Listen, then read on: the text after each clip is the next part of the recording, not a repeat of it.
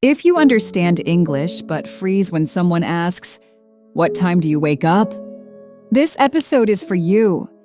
Today you'll learn daily routine phrases you can use immediately, and we'll repeat them together. Hello, my wonderful learners, and welcome back to English Unlocked, the podcast. I'm Emma. Today we'll practice simple daily phrases like wake up versus get up, go to bed versus go to sleep, have shower, take shower, have a bath, make your bed, do the housework, and do the shopping. Now, take a breath. Listen first. Then repeat with me. Your daily routine can become your English practice. Every morning, every evening, simple phrases that native speakers use naturally. Let's begin this journey through your daily routine in English.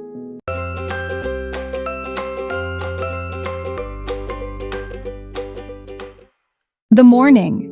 Wake up versus get up. Let me tell you about Lucia from Spain. She said to me, "Emma, I'm so confused.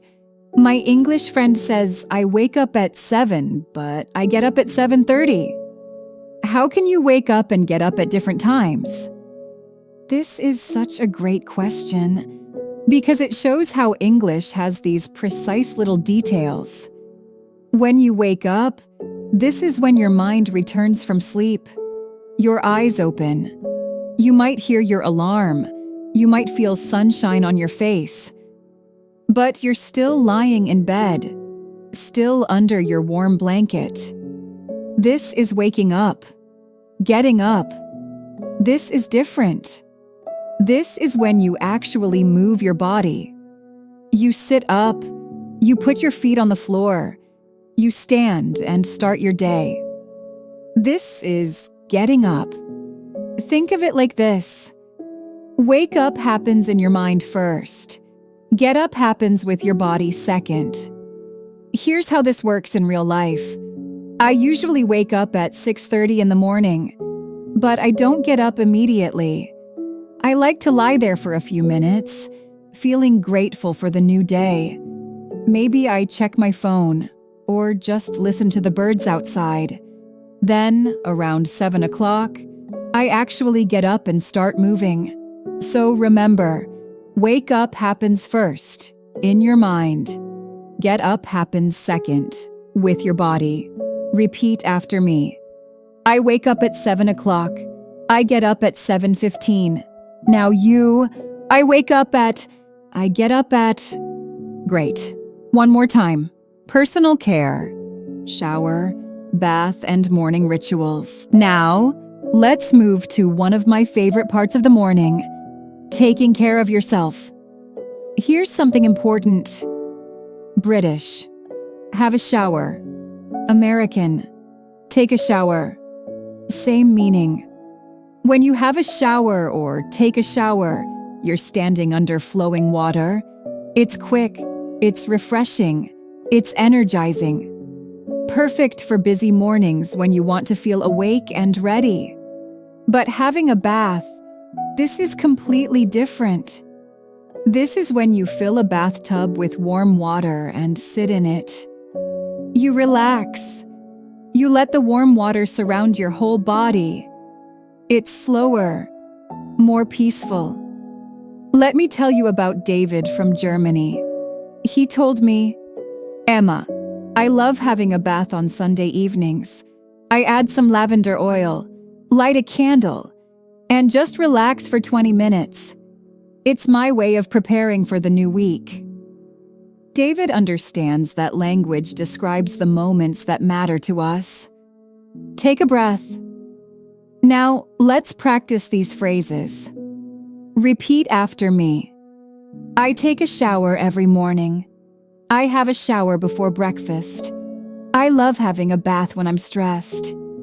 Now you, a shower in the morning. A bath in the evening. Perfect.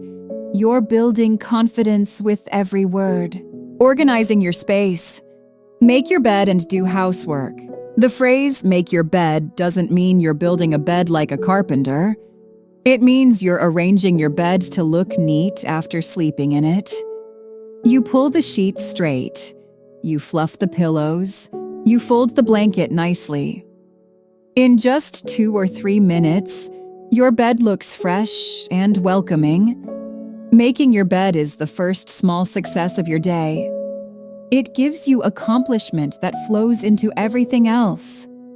When we talk about doing the housework, we mean all those small cleaning tasks that keep your home comfortable. Washing dishes, sweeping the floor, cleaning the bathroom, organizing your living space. Let me tell you about Anna from Poland. She said, "Emma, I used to hate doing housework. But then I started playing my favorite English podcast while cleaning. Now I look forward to it because it's my English practice time too." What a clever way to turn something ordinary into learning time. Repeat after me. I make my bed every morning. I usually do the housework on Saturdays. Now you.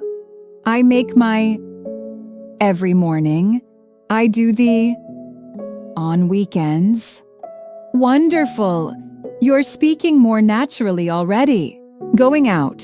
Do the shopping. In English, we have a special phrase for buying things you need for your home and daily life. We say, do the shopping. Go shopping equals activity, for fun or browsing. Do the shopping equals buy what you need, a task. Do the shopping usually means going to the supermarket to buy food, cleaning supplies, personal care items, all the practical things that keep your life running smoothly. Some people do the shopping once a week. They make a list, go to the store, and buy everything for 7 days. Others prefer to shop more frequently, maybe 2 or 3 times a week. Let me share a story. Roberto from Brazil told me, "Emma, I used to be nervous about doing the shopping in English. But then I realized the shop assistants are usually very patient and helpful. Now I enjoy it because I can practice real English in a real situation." That's the spirit I love to hear. Every daily activity is a chance to practice. Repeat after me. I need to do the shopping this afternoon. We do our shopping at the local supermarket. Now you. I need to do the today. We do our on Saturdays. Perfect. You're understanding how these phrases flow naturally. Evening time, late nights and bedtime. Now, let's talk about the end of the day. Sometimes we have what we call a late night. Having a late night means you go to bed much later than usual. Maybe you're watching a movie. Maybe you're talking with friends. Maybe you're working. Time passes quickly, and suddenly it's midnight or later. We all have late nights sometimes. It's part of being human. Going to bed means you walk to your bedroom, put on pajamas, and lie down in your bed. But you might not fall asleep immediately. You might read, check your phone, or think about your day. Going to sleep is different. This is when you actually close your eyes and your mind begins to rest. Some people go to bed at 10 o'clock, but don't go to sleep until 10:30. Let me tell you about Aiko from Japan. She said, "Emma, I go to bed at 9:30 every night, but I don't go to sleep until 10. I use those 30 minutes to practice English by reading stories. It's my peaceful end to the day." What a wonderful routine. Aiko makes bedtime both relaxing and productive. Repeat after me. I had a late night watching movies. I usually go to bed at 10 o'clock. Now you. I go to at 10. I go to at 10:30. Beautiful. You're capturing the rhythm perfectly, bringing it all together. Your personal routine. Now, I want you to think about your own daily routine. From wake up to go to sleep.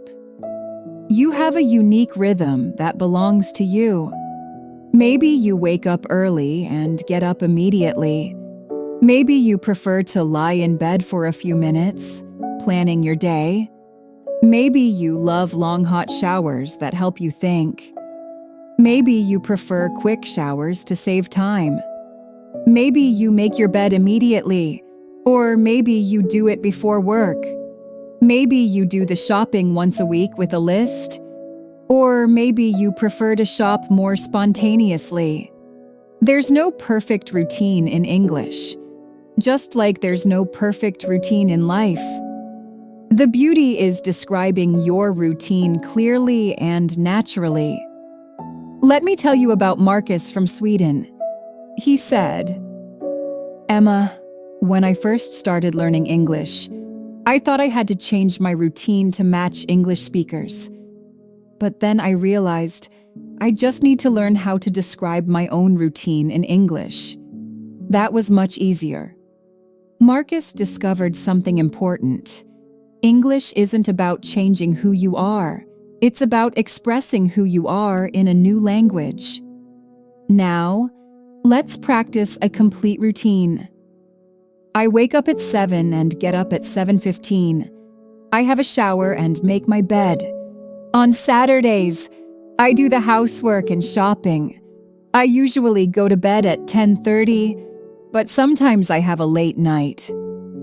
Can you hear how naturally those phrases flow together? That's confident English. Practice and reflection. Take a breath.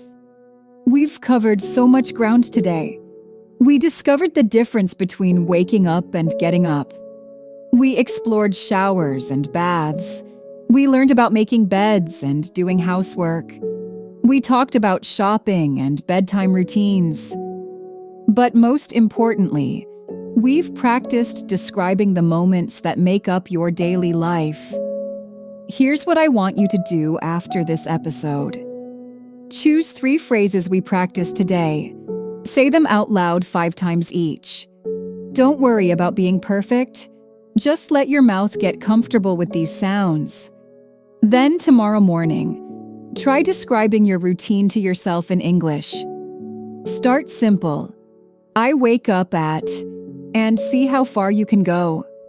Remember, every single day is full of opportunities to practice English. When you wake up, you can think, I'm waking up now. When you shower, you can think, I'm having a shower. When you make your bed, you can think, I'm making my bed. Your daily routine becomes your English practice. How wonderful is that? You know what makes me happy? You took 30 minutes of your day to improve your English with me. That shows dedication. These daily routine phrases might seem simple, but they're the foundation of natural conversation. When you can talk about your day comfortably, you're ready for so many other English conversations. These phrases will help you connect with English speakers around the world. When someone asks about your routine, you'll be ready. Next week, we'll explore more aspects of daily English. Until then, keep practicing these phrases. Keep describing your routine. Keep building your confidence. One word at a time. Comment below. What time do you wake up? And what time do you get up? Write your times. I read every comment. Thank you for spending this time with me today. Keep speaking. Keep practicing. And remember, you're doing better than you think. Until next time, this is Emma from English Unlocked. Sweet dreams, wonderful learner. Bye for now.